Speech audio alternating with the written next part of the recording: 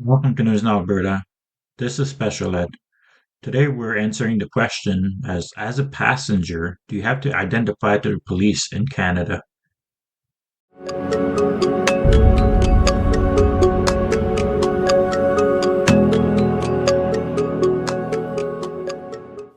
It's a beautiful sunny day and you're out driving for a Sunday drive with your best friend. You're just going through the country. He's driving and you're a passenger and the police stop you. So the police ask you your name, address, your birth date as a passenger. Can you refuse? Can you refuse to identify yourself? Can you refuse to speak to them? Well, this is a very nuanced answer in this, and I'll talk about it. That's the topic for today. So, and many people ask me this, so what is the law here? So as a passenger, the general rule is no, you do not have to speak to the police. You do not have to identify yourself if this happens. And many people will take that course. Some people will. I mean, if it's a polite interaction with the police, who cares really identifying yourself? But that's the law. You don't have to. Now, I've said it in many of my videos, and I'll say it again. Do not identify as a passenger. Don't talk to the police. Now, this guy's a lawyer. He's going to tell you if it's a friendly conversation, why not identify? But cops lie. Cops will do anything to get you for anything at all. So you start talking to the cops, they'll find a little kink or anything to start investigating. Now, there are exceptions to every rule, I suppose, in criminal law. And what are the exceptions here? So if the police find that you've had let's say you've got a seatbelt violation or you're drinking open alcohol in the car, then, and that you know that and they've told you that, then you do have to identify yourself. You have to give your name, your address, date of birth. You don't have to have your ID on, by the way. So you have different rights than the owner, or should say the driver of the vehicle. Obviously, the driver, when they're stopped, has to produce their license, registration, identify themselves, insurance.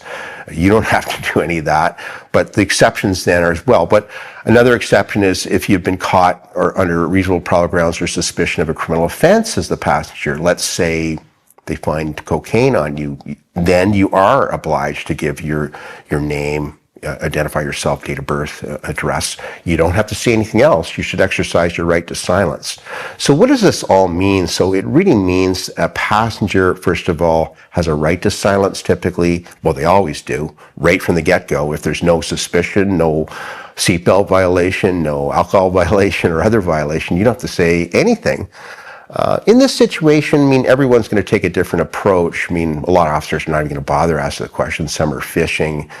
If it's a very polite interaction, they just ask your name. Well, you can make that decision about whether you want to give it or not. If you don't, you could say, look, am I required to give my name? Am I under detention? Am I free to go here? You can ask those questions. Don't escalate it. Or you can choose to give your name. If there's no harm and you're doing nothing wrong, I suppose what's the problem? Sometimes you don't want to escalate. You don't want to get aggressive with the police in this particular situation at all. I've seen that happen and not a good. So most officers, they won't bother. Some might just be engaging in a polite conversation. But for those who told you and you know you've done a seatbelt violation or an open alcohol, don't get aggressive. Don't answer any other questions. Exercise your right to silence, but do provide your name, your address, your identity. You can give them your identification if you have it on you, and your date of birth. But if you don't, that's a problem. You could be, it's going to first of all escalate the situation. The police might bring you to into the police station, and now they're going to sort of thing out. So I wouldn't do that.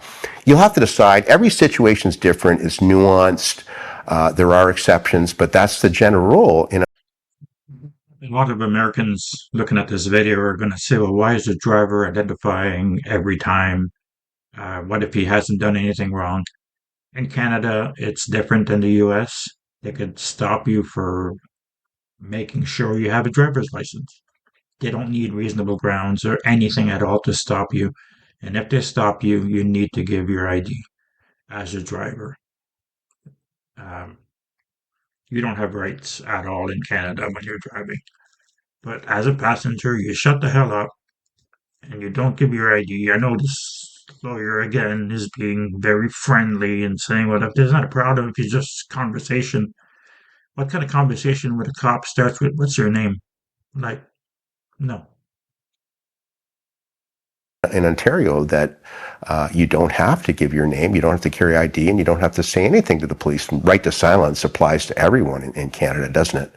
So there you have it. It's a nuanced approach. We've talked about it. It's an interesting topic that many people ask, but the bottom line is, as a passenger, the general rule is no, you don't have to say anything to the police, and particularly you don't have to give their name. So if you've enjoyed this video, please subscribe, and we look forward to seeing you on the next video. So I really like Cruz Law. I really like his videos. I know he talks about Ontario a lot, but not identifying as a passenger is everywhere in Canada. And if you're in the Toronto area, I mean, this guy sounds like a very good lawyer. He knows his stuff. So go check him out. What do you think of this?